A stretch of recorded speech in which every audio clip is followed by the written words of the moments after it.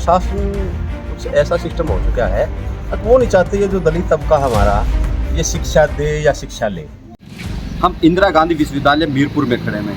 मीरपुर में आज होने का एक बड़ा कारण भी है, क्योंकि शिक्षक जिसको कक्षा में होना चाहिए था, जो बच्चे होते हैं उनको शिक्षा देनी चाहिए थी, वो आज यहाँ पर धरने पर बैठे हुए हैं। और धरने का भी एक अनोखा तरीका इन्होंने निकाला है। यहाँ पर बूट पॉलिश कर रहे हैं और कहीं ना कहीं इनका जो विरोध प्रदर्शन है उसको सत्याग्रह, दलित सत्याग्रह इन्होंने नाम दिया और यहाँ पर बूट पॉलिश करने के लिए बैठे हैं। और उनका कहना है कि जब तक उनकी मांग को नहीं माना जाएगा वो इसी तरह से जो सत्याग्रह उस पर को करते रहेंगे। ऐसे में अब देखना होगा कि प्रशासन किस तरह से इनकी मांगों को लेता है। और आखिर क्योंकि शिक्षक कहीं ना शिक्षक के हाथों में जो सूझ पुलिस का एक ब्रश होना कहीं ना कहीं एक शर्मनाक है, सिस्टम के लिए भी शर्मनाक है। क्योंकि शिक्षक को कक्षा में होना चाहिए, लेकिन सिस्टम देखिए कि आखिर उसको आज बूट पॉलिश के लिए बैठना पड़ रहा है। हम इनसे ही जानेंगे आखिर क्या कारण है, उनको आखिर ये सत्याग्रह क्यों करना पड़ रहा है, आखिर बूट पॉलिश क्यों करनी पड़े। बताया यह जा रहा है कि करीब 4.5 साल से ये निलंबित है। इनसे जानेंगे कि निलंबन का क्या कारण है और उनको यहाँ पर बूट पॉलिश करने के लिए क्यों बैठना पड़ा। डॉक्टर बलकार सिंह नाम। आज शिक्षक आपको कक्षा में होना चाहिए था, लेकिन आज आप बूट पॉलिश करें, क्या कारण? ये एक्चुअली प्रशासन कुछ ऐसा सिस्टम हो चुका है, अब वो नहीं चाहते ये जो दलित तबका हमारा ये शिक्षा दे या शिक्षा ले। वो चाहते हैं इनको उसी धंधे पर धकेलो जहाँ से उठ के आए हैं। अब बूट पॉलिश इनका बेहतर धंधा है, उसी पे लाकर छोड़ो इनको, न तो आगे बढ़ने दो। तो यही चीज़ें मेरे साथ हुई विश्वविद्यालय। अब जब ये भर्ती का मामला हुआ 2018 में, तो उसके बाद ही सारी चार्जशीट, सारे इतने ऊपर केस मेरे ऊपर फ्रेम किए गए, उसके बाद के, उससे पहले की कोई क्या था भर्ती का मामला? मैंने जो भर्ती का मामला उठाया था एज ए प्रेसिडेंट, सिर्फ एक बात थी। जैसे वो कैंडिडेट जो थे, जो ज्वाइन करने वाले थे, वो ईसी की मीटिंग से पहले रजिस्ट्रार ऑफिस में बैठे हुए थे। तो मैंने पूछा ये ईसी की लिफाफे नहीं खुले हैं तो ये कैसे बैठे हुए यहाँ पे। तो उस मामले को उठाने की वजह से ही मेरे ऊपर ये यौन उत्पीड़न का आरोप लगाया गया। रजिस्ट्रार ने अपने घर में घुसने का आरोप लगाया। कोर्ट में तो रजिस्ट्रार को जब पूछा गया आपकी सीसीटीवी फुटेज दे दीजिए, अगर आपके घर में घुसा है, मेरे कैमरे खराब हैं, इस तरह की बात हुई। उसके बाद बेबुनियाद कई चार्जशीट हुई मेरे पास। 4 साल में सब कुछ खत्म हो चुका है।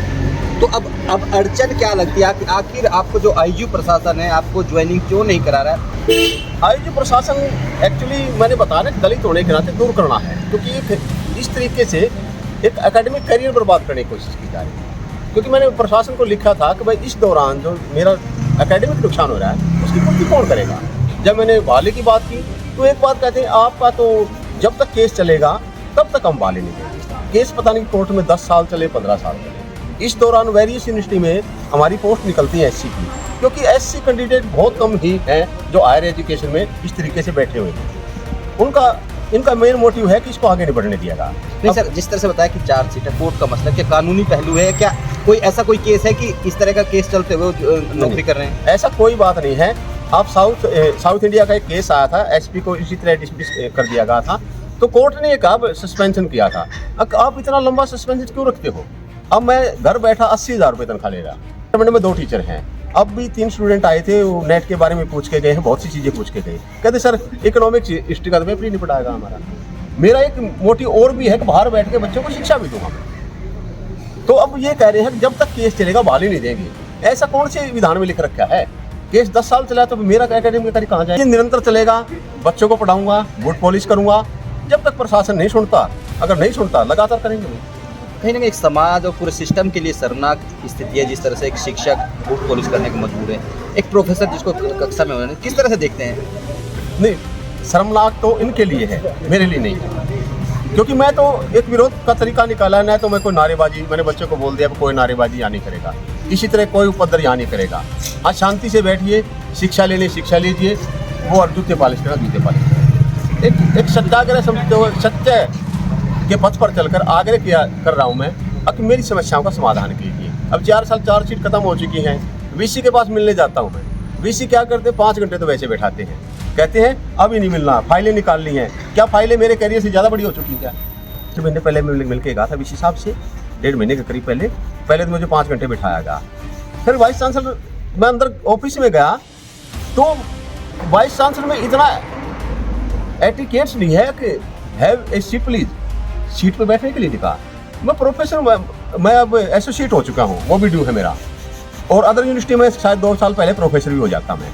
तो बैठने तक का नहीं कहा जा रहा, तुरंत देखेंगे और नहीं करेंगे बात, तो एक अलग तरीका हो चुका है। और इस विश्वविद्यालय का एक बात बता देता हूँ मैं, कि यहाँ पे एक पर्टिकुलर ऐसा सिस्टम चला हुआ है, कोई भी वीसी आता है, पहले जो वीसी थे उसने अपनी कास्ट को पोषित किया, उससे पहले जो वीसी थे उसने अपनी कास्ट को पोषित कर दिया। अब मुझे पता नहीं, क्योंकि मैं तो बाहर बैठा हूँ, एक परंपरा चल पड़ी है इस विश्वविद्यालय की। अब एक पर्टिकुलर, मैं ये देखिए हमारे सिक्योरिटी गार्ड हैं, इन्होंने कहा सर प्रशासन ने कहा आप यहाँ नहीं बैठ सकते। मैं तो कोई बाहर का तो हूँ नहीं, या भारत का नागरिक ना हो, ऊपर से ये विश्वविद्यालय मेरा परिवार है, और परिवार के पास मैं तो कोई हंगामा यहाँ कर नहीं रहा हूँ, मैं परिसर के बाहर बैठा हूँ। तो उस प्रशासन ने मना कर दिया, मैं कोई बात नहीं, मैं तो बैठूंगा, आप वहाँ रोक सकते हो। इवन दा मेरे को तो एक लेटर भी दिया गया सस्पेंशन के दौरान, आप डिपार्टमेंट में नहीं घुस सकते, भाई ऐसा कहीं लिखा जाता है सस्पेंशन में। आपने पूरे मसले को कोर्ट में चैलेंज क्यों नहीं किया? क्योंकि मसला कानूनी है, ऐसे में चैलेंज भी कोर्ट में होना चाहिए था। कोर्ट में जो 2 मेरे केस चले हुए, ये जो सेक्सुअल हरासमेंट का केस बेवजह लगाया, अब तक 25 तारीख हो चुकी है, उसमें 4 साल से ऊपर का टाइम हो चुका है, और अभी तक 4 तक फ्रेम नहीं हुए मेरे ऊपर। कोर्ट में 4 तब फ्रेम होंगे ना जो इंग्रेडिएंट बन रहे होंगे, धारा लगा दी, वो धारा बन नहीं रही, तो ट्रायल कोर्ट में कहा, वो बार बार जाते हैं। अब हाई कोर्ट में अपील की है मैंने। अक्सर इस केस को क्वेश्चन कीजिए, क्योंकि देखिए मैं वहाँ तो महिला को हम भी सम्मान करते हैं, क्योंकि यहाँ 90% बच्चियाँ पढ़ती हैं, और आते ही एक वीडियो बनाने के आधार पर सेक्सुअल हरासमेंट। और सबसे बड़ी बात एक चीज़ और बताना चाहता हूँ आपको मैं जी, अब जो कमेटी बैठाएगी सेक्सुअल हरासमेंट की, मैं आपको एविडेंस दूंगा उनके।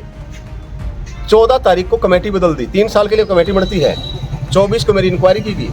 मेरे को जो लेटर भेजा गया सेक्सुअल हरासमेंट कमेटी की कन्वीनर ने, वो 20 अगस्त को लेटर भेजा, वो अपना खुद कन्वीनरशिप का लेटर 21 अगस्त को रिसीव कर रही है, तो उसको इतनी ज़्यादा जल्दी थी, अपना लेटर भी नहीं लिया। आप आईजी प्रशासन और प्रदेश सरकार और शिक्षा मंत्री से क्या मांग करेंगे हमारे? मैं तो बैठा हूँ, मैंने तो एक बात रखा, अब मेरी जो 4 सीट है ख़त्म हो चुकी है, ये क्लीन चिट करो मुझे, मैं आगे बढ़ सकूँ। और केस जो चले हुए हैं वो फेक हैं, उन पर एक अलग से कमेटी में, पहले जो कमेटी थी उसने गलत तरीके से फंसाया मुझे। इवन था मैंने रिमाइंडर भेजे वाइस चांसलर को, अक्सर मुझे कंप्लेंट तक की कॉपी नहीं दी गई मुझे सेक्सुअल हरासमेंट कमेटी ने, वैसे डिसीजन दे दिया। तो इन चीज़ों को कौन देखेगा? और मेरा मेन मकसद ये भी था, क्योंकि कोर्ट में कोई बात नहीं हो रही, प्रशासन मेरे से बात नहीं कर रहा था, तो इस माध्यम से मैं आम लोगों को अपनी बात रख सकूं। अब मेरे साथ हुआ क्या हुआ? अच्छा, प्रशासन आपकी बात नहीं सुन रहा था विश्वविद्यालय पर, इस वजह से आपने ये? हाँ, प्रशासन तो सुन ही नहीं रहा, क्योंकि पिछला वाइस चांसलर केवल 1 बार मिला मुझे, SK गखड़ थे, 1 बार मिला, 3 साल कभी नहीं मिला, तो कहाँ बात करें?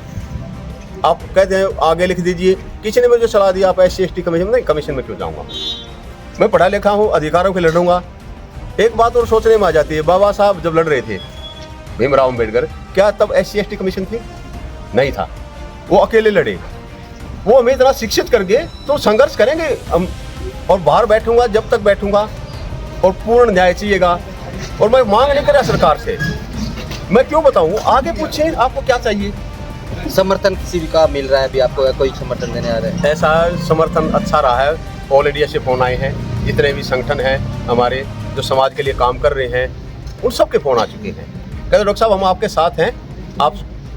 और आज भी फ़ोन आए काफ़ी, तो जल्दी आने वाले हैं, यहाँ पे भी आएंगे, समर्थन ठीक है समाज का।